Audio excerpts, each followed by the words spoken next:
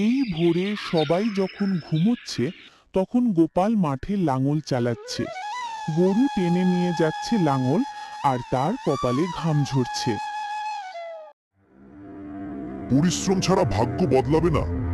যত কষ্টই হোক, কাজ করে যেতেই হবে।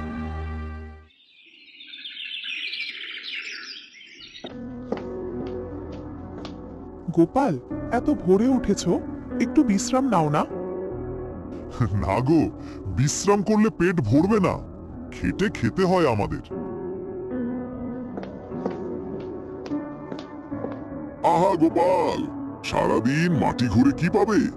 আমার মতো বসে থাক, টাকা নিজে থেকে আসবে। বাবু, বসে থাকলে হয়তো টাকা আসবে, কিন্তু মন শান্তি পাবেন কই? পরিশ্রমের ফলই আসল সম্পদ। কয়েক মাসের কঠোর পরিশ্রমের পর গোপালের মাঠে সোনালী ধান দুলতে লাগলো। সবাই অবাক হয়ে দেখল গোপালের ঘর ভরে গেছে শস্যে। দেখো গো গোপাল, তোমার কষ্ট আজ সার্থক হয়েছে।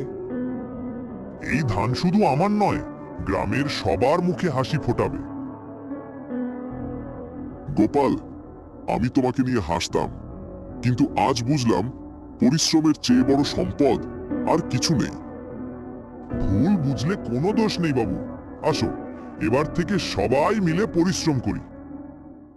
এইভাবে গ্রামের সবাই বুঝল যে যত পরিশ্রম করে সে ততই সুখ পায়।